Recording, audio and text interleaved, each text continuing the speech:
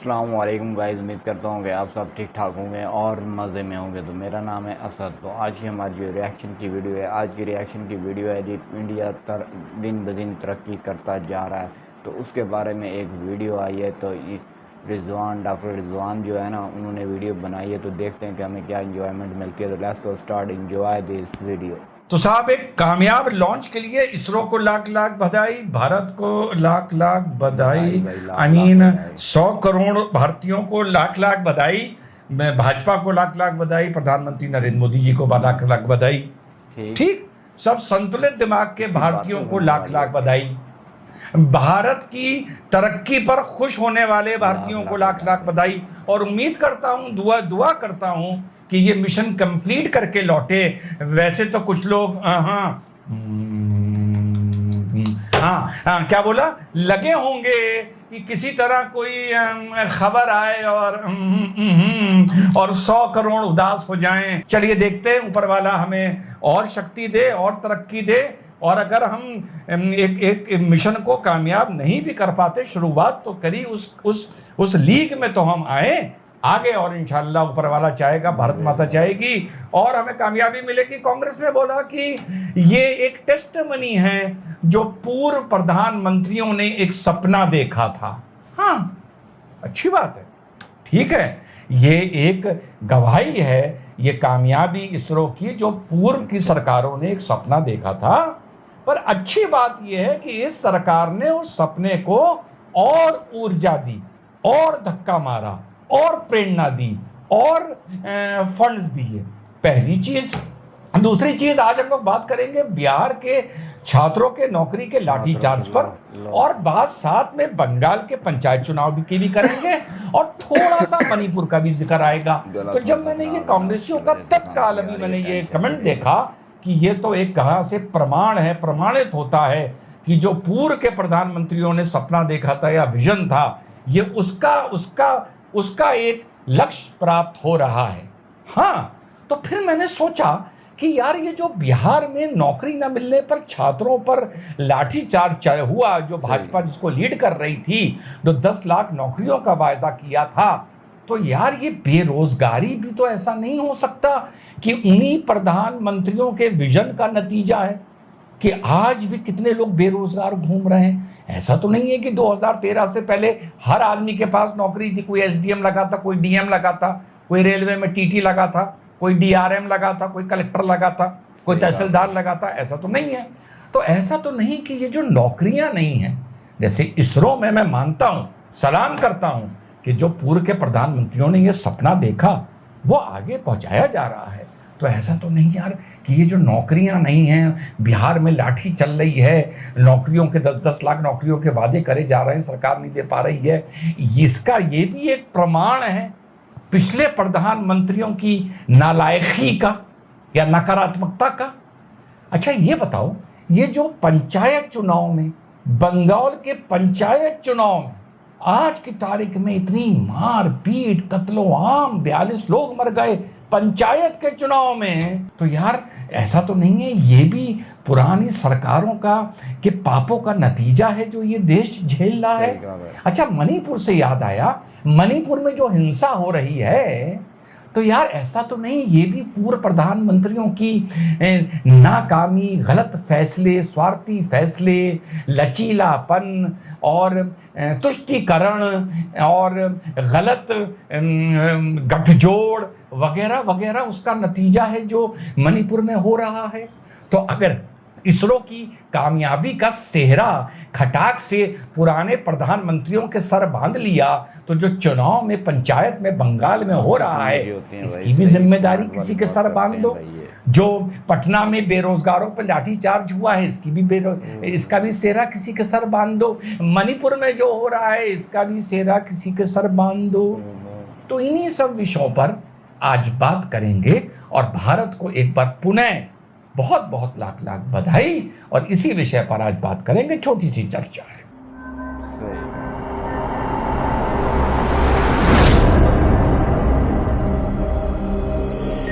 Hello, नमस्कार, सत श्री अकाल, अस्सलाम वालेकुम, कैसे हैं जनाब? धत तेरे की कटर छापो। तो साहब बिहार में नौकरी मांगने के लिए जो 10 लाख नौकरी और 10 लाख रोजगार के अवसर का वादा हुआ था, वो मांगने के लिए छात्र निकले, नौजवान निकले, भाजपा के नेतृत्व में निकले, जा रहे थे विधानसभा, लाठी चलाई गई, जबरदस्त लाठी चलाई गई, जिसमें बहुत लोगों को चोटें आई और एक नेता के सर पर चोट आई, चेस्ट पर चोट आई, विजय कुमार सिंह, उसकी डेथ हो जाती है। ये नौकरी एकदम से मांग क्यों रहे थे?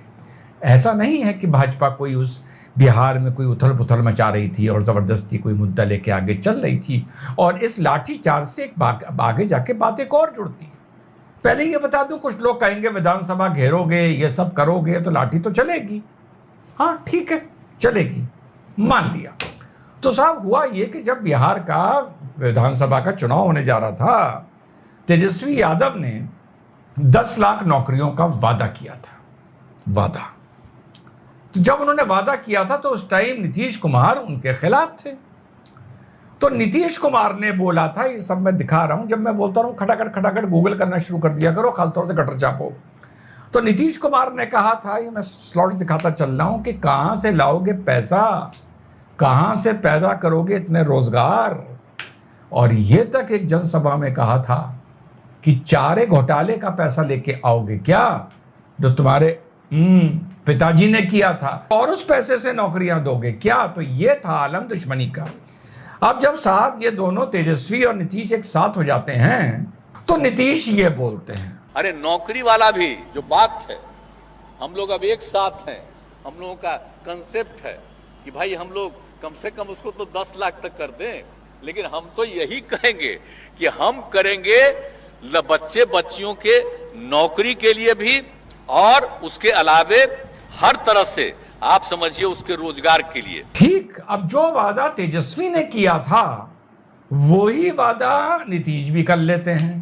अब जब 2 साल निकल गए, 2.5 साल निकल गए, तो उसके बाद फिर भाजपा ने जब जमीनी धरातल पर देखा कि युवाओं के बीच में आक्रोश है, तो उन्होंने इस रैली का आयोजन किया, उस वादे के लिए जो पहले तेजस्वी ने किया था, और उस वादे के लिए जो बाद में नीतीश ने तेजस्वी की बात में हाँ में हाँ मिलाई थी और किया था। तो ये बात तो मैं पहले बोल चुका कि अगर आप कानून व्यवस्था में खलल डालोगे, विधानसभा का घेराव की बात करोगे वगैरह वगैरह, तो चलो लाठी चल जाती है। अब लाठी चल जाती है तो मान लिया चोट भी आ जाती है, लेकिन एक चीज इससे बड़ी खूबसूरत निकल के बाहर आती है। अब बिल्कुल एक नई चीज से जोड़ूंगा। जब यहां पर 2 करोड़ नौकरियों की बात होती है कि भैया भाजपा ने भी तो वादा किया था, एकदम से गटर छाप यही बोलेंगे, मुझे मालूम है। 14 लाख की बात होती है, 15-15 लाख रुपए आएंगे। और यही बात मैंने अडानी पर भी कही थी। अडानी से याद आया, अडानी का मामला थोड़ा ठंडा पड़ गया, लोग बहुत खुश थे। हा, जाहिलों का सर्वश्रेष्ठ पत्रकार बहुत खुश था, तो अडानी को लेके भी ये सब बहुत खुश थे। अडानी का मामला देखो ठंडा पड़ गया। अब चाहे भाजपा ने नौकरी का, रोजगार का वादा किया हो, चाहे अडानी का मैटर हो, एक बात मैं हमेशा बोलता था, देखो कितनी सही साबित हुई है। अडानी का मैटर था, मैंने कहा था यार जिनका निवेश में घाटा हुआ है उनको तो तुम सड़क पर आने दो, लोकतंत्र है। हम सत्ताधारी पार्टी के खिलाफ बोलेंगे, हम मोर्चा भी खोलेंगे, हम रैली भी निकालेंगे, पर प्रभु जिसका नुकसान हुआ है या जो कह रहा है मेरा नुकसान हुआ है, तुम इतना बड़ा स्कैम बनाए दे रहे हो। असल में एक वर्ग और विशेष एक पत्रकार और 2-4 पत्रकार दुआएं कर रहे थे कि अडानी बस किसी तरह देश छोड़ के भाग जाए। ये हुआ नहीं तो बोर हो गए वो, ये क्या कर दिया अडानी तुमने यार। तो भाई जब आप एक आंदोलन की बात करते हो, असंतोष की बात करते हो, और तुम एक पॉलिटिकल लीडर हो और भाजपा के खिलाफ हो, तो मैं कहता था अडानी के खिलाफ 10,000, 20,000, 30,000, 50,000 जैसे लखनऊ के सहारा श्री के खिलाफ लोगों ने मुकदमे कराए थे और निकले थे। अडानी के खिलाफ निकलने दो, तुम उनका नेतृत्व करो, तुम विपक्ष की पार्टी को तुम्हारा हक है ये, लेकिन अपने पीछे जिनके नुकसान हुए या जिनमें असंतोष है उनको साथ लेके तो चलो।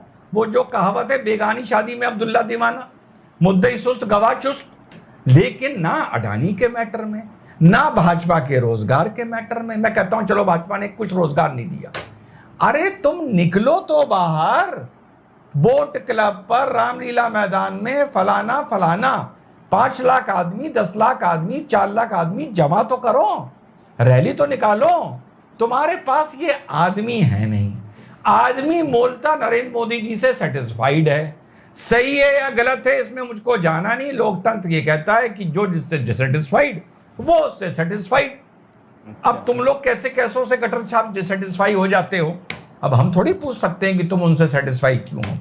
तो भैया ना अडानी के लिए आदमी निकले, ना 15 लाख के लिए आदमी निकले, ना 2 करोड़ रोजगार के लिए आदमी निकले। तो मैं कहता हूं इसका मतलब ये मुद्दे हैं ही नहीं, क्योंकि होते तो आदमी बाहर निकलता, नहीं निकलता तो तुम निकलवाते, ये भी तुम्हारा हक है। जैसे भाजपा ने पटना में निकलवाए, कोई एक आदमी के सर पे लाठी लग गई, उसकी मृत्यु हो गई, बहुत अफसोस की बात है। ये संघर्ष का, ये भी एक संघर्ष का राजनीति का हिस्सा है, अंग्रेजों की लड़ाई से लेकर अब तक। लेकिन भाजपा ने ये सकारात्मक कदम तो उठाया। उसके आप कह दोगे भाजपा के कार्यकर्ता थे, अरे यार तो फिर 15 लाख के लिए या अडानी के लिए या 2 करोड़ रोजगार के लिए तुम लोग इतनी सारी विपक्ष की पार्टियां हो हैं, रोज एक दूसरे के जाके चाय पीते हो, तुम भी अपने पार्टी कार्यकर्ता लेके इंडिया गेट पहुंच जाते थे 5 लाख आदमी, किसने मना किया था? तो वो तो तुम कुछ विपक्ष का रोल कर नहीं पाते हो, सिर्फ डिबेट्स में बैठ के बकवास करते हो और गटर छाप उस पर ताली बजाते हैं। तो भाजपा ने जो ये किया, ये तभी तो भाजपा कर पाई जब वहां पर लोगों में असंतोष था, और भाजपा ने एक विपक्ष की पार्टी होते हुए असंतोष की आवाज आगे बढ़ाने की पहुंची, या मैं कहता हूं फायदा उठाया। अबे तुम भी उठा लो, तुम भी उठा लो। तो जब तक धरातल से किसी राजनीतिक दल के खिलाफ आवाज नहीं उठेगी, तब तक नेताओं का काम है मुंह पर उंगली रख के बैठे। जब उठेगी तो उनका नेतृत्व करें, थोड़ा सा आग में घी डाल दें, तड़का राजनीति का लगा दें, पर विपक्ष या असंतोष तो होना चाहिए ना, जैसा नीतीश और तेजस्वी के वादे के खिलाफ पटना में देखने को मिला, जो देश में नरेंद्र मोदी के खिलाफ देखने को नहीं मिलता। बस बात खत्म हो गई। कितनी सिंपल सी तरह आप लोगों को समझा दिया। विपक्ष का समर्थन करने वाले गटर छापो, सोशल मीडिया पे बकवास करने से कुछ नहीं होगा। राजनीति है। जेपी आंदोलन से लेकर कितने आंदोलन हो गए, सड़कों पर हजारों लाखों की तादाद में निकलो तो सरकार आपकी सुनेगी और माना जाएगा कि आपकी बात में दम है। किसी मोहल्ले में सड़क रोक के ना रोको, ना बैठो। अब बस देखना यह है मेरे साथियों, मुझे सुनने वालों, कि इस लाठी चार्ज का ये जो घटना हुई है, इसका असर बिहार की राजनीति पर क्या पड़ेगा। जो तेजस्वी लैंड फॉर जॉब स्कैम में फंसे हुए हैं वगैरह वगैरह, वैसे इनके पिताजी भी 6 बार जेल जा चुके हैं। लोग सीबीआई के लिए बोलते हैं कि नरेंद्र मोदी का पिट्ठू है सीबीआई। तो ये लोगों को नहीं पता, जब तेजस्वी यादव के पिताजी पहली बार जेल गए थे 1996 में फॉर्डर स्कैम में, चारा घोटाले में, उस टाइम केंद्र में उन्हीं की सरकार, यानी उन्हीं की गठबंधन की सरकार चल रही थी। एनीवे, मुझे ये लग रहा है कि इस घटना से जो ये बिहार में बिगुल, एक तरह से बिगुल बचा है 2024 की राजनीति का, नीतीश पर तो इतना नहीं, लेकिन ये जो लैंड फॉर जॉब स्कैम वगैरह वगैरह, जिसके आप लोगों को आप लोग सुन रहे होंगे, पिछले 3-4 महीने में दबिश पड़ रही हैं, सबका इंट्रोगेशन हो रहा है, बयान लिए जा रहे हैं यादव फैमिली के, लालू यादव फैमिली के, इन पर मुसीबत लगता है कि आने वाले वक्त में बढ़ सकती है। अब बात करते हैं बंगाल की, छोटी सी बात करते हैं मणिपुर की। मणिपुर में जो फाइनल अभी तक टैली आई है, 142 आदमियों की मृत्यु या हत्या हो चुकी है मणिपुर के बवाल में लेकर। खून इस बात पर खौलता है कि यूरोपियन यूनियन के पार्लियामेंट ने भारत की सरकार को फटकार लगाई है मणिपुर के लिए। भाई कमाल है। चलो कोई बात नहीं। तो 142 आदमियों की अभी तक वहां मृत्यु हुई है। बंगाल के पंचायत चुनाव में 42 आदमियों की हत्या हो गई पंचायत चुनाव में। तो मणिपुर पर मातम करने वालों, सीना पीटने वाला, ना मातम नहीं, मातम तो यूं करते हैं, मन में लड्डू फूट रहे होते हैं कि साले 142 क्यों हैं, 1400 क्यों नहीं मरे। ठीक, तो मणिपुर के नाम पर नाटक करने वाले लोग और मनी मन खुश होने वाले लोग, और तुम्हारा वो सर्वश्रेष्ठ पत्रकार, उससे कहो इस पर भी प्रोग्राम बना ले। मैं तो जब आलोचना करनी होती है, जो कटर छाप बोलते हैं 2 कौड़ी के कि तू इसका चापलूस है, उसका चापलूस है, मैं किसी का चापलूस नहीं हूं। जब मुद्दे पर विरोध करना होता है ठोक के विरोध करता हूं। अपने गटर छाप जाहिलों के सर्वश्रेष्ठ पत्रकार से बोलो कि यार एक आदमी ये बोल रहा है कि यार मणिपुर में तो 142 आदमी मरे, यहां साले पंचायत चुनाव में 42 आदमी मर गए, काउंटिंग के दिन 18 आदमी मर गए। उस पर भी एक प्रोग्राम बना दे तुलना कर कर कि वहां ऐसी ऐसी बातें करते हो तो 42 पर भी सीना पीट लो। लेकिन ना तुम ये चाहोगे, ना तुम्हारा गटर छाप पत्रकार वो ये चीज, उसमें दम है, उसने मां का दूध नहीं पिया है कि वो इस पर प्रोग्राम बना दे और सवाल उठाते ममता पर। मैं तो खुला सवाल उठाता हूं नरेंद्र मोदी पर, खुला उठाता हूं अमित शाह पर जब मुझे उठाना होता है। लेकिन ना गटर छापो तुम में दम है, ना तुम्हारे पत्रकार में दम है कि सवाल उठा के पूछे कि 142 का रोना रो रहे हो, यहां तानाशाही का आलम देखो, 42 मर गए। 2 बातें हो गई। तीसरी बात, यार आप लोगों ने एक बात नहीं नोटिस की होगी, ये मैं बोलूंगा नहीं, ये मैं नहीं बोलूंगा, ये मुंह से नहीं बोलूंगा, मैं बस एक बात बता रहा हूं, मजाक ना समझना, गूगल कर लो। भाजपाइयों, आप लोगों को लाख लाख शुभकामनाएं और लाख लाख बधाई। जो पोलिंग के दिन मजबूर आदमी हथियार उठा ही लेता है ना, भाजपाइयों ये बात मैं बोलूंगा नहीं, गूगल करके चेक करो ना, उसका वो दिखाऊंगा स्क्रीनशॉट। 20-22 आदमी पोलिंग के दिन बंगाल में पोलिंग की हिंसा में मर जाते हैं। अब सवाल उठता है, भाजपा को मैं बधाई क्यों दे रहा हूं? आंकड़े देख लो, 22 में किसके कितने विकेट गिरे हैं। समझ जाओगे। देखो, खटाक से गूगल मारो कि 22 जो मरे हैं इसमें कौन कौन सी पार्टी के कितने हैं, समझ जाओगे भाजपाइयों कि तुमने बंगाल में अब लड़ना शुरू कर दिया है। मेरा किसी पार्टी से मतलब नहीं है, मैं तो सिर्फ भाजपाइयों से कह रहा हूं, गूगल करो, देखो, तुम लोग समझ जाओगे। और चलते चलते एक बार, ये नरेंद्र मोदी की सरकार थी जो पूरा भारत जोड़ो यात्रा राहुल गांधी ने खत्म कर दी। नरेंद्र मोदी को गालियां देते हुए, आरएसएस को गालियां देते हुए, और 2 कौड़ी के गटर छाप पत्रकार उस यात्रा की कनकैया या हवा बांधते हुए। ये सिर्फ नरेंद्र मोदी क्या लोकतंत्र है। अगर बंगाल की दीदी प्राइम मिनिस्टर बन जाए, 303 सांसद लाख के, सोचो, कल्पना करो, और ये राहुल गांधी भारत जोड़ो यात्रा करने निकले, इसकी टांगे तोड़वा देगी दीदी, टांगे।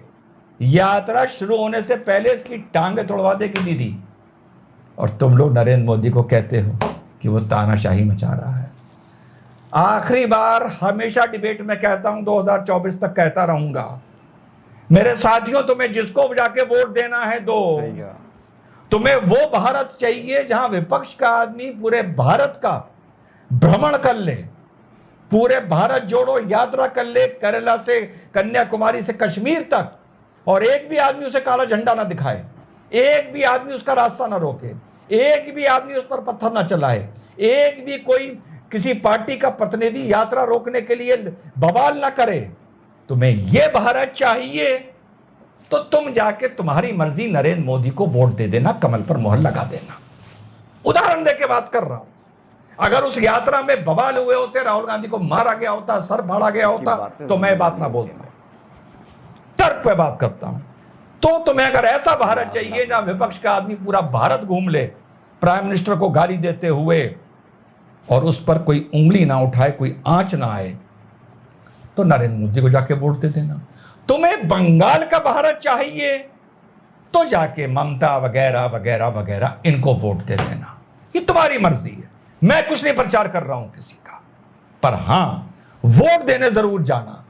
2024 में अगर तुम वोट के दिन वोट डालने नहीं गए तो तुमसे बड़ा राष्ट्रद्रोही, तुमसे बड़ा देशद्रोही कोई ना होगा। जय हिंद, वंदे मातरम, खुदा हाफ़िज़। तो गाइस वीडियो पर रिएक्शन किया तो डॉक्टर रिजवान ने तो बहुत ही इंजॉयमेंट के साथ, इमरान ने तो कहा कि भाई 2 करोड़ नौकरियों की बात की गई थी कि उनके बारे में बताया गया था, बहुत ही अच्छे तरीके के साथ बताया और गटर छापों को भी बताया।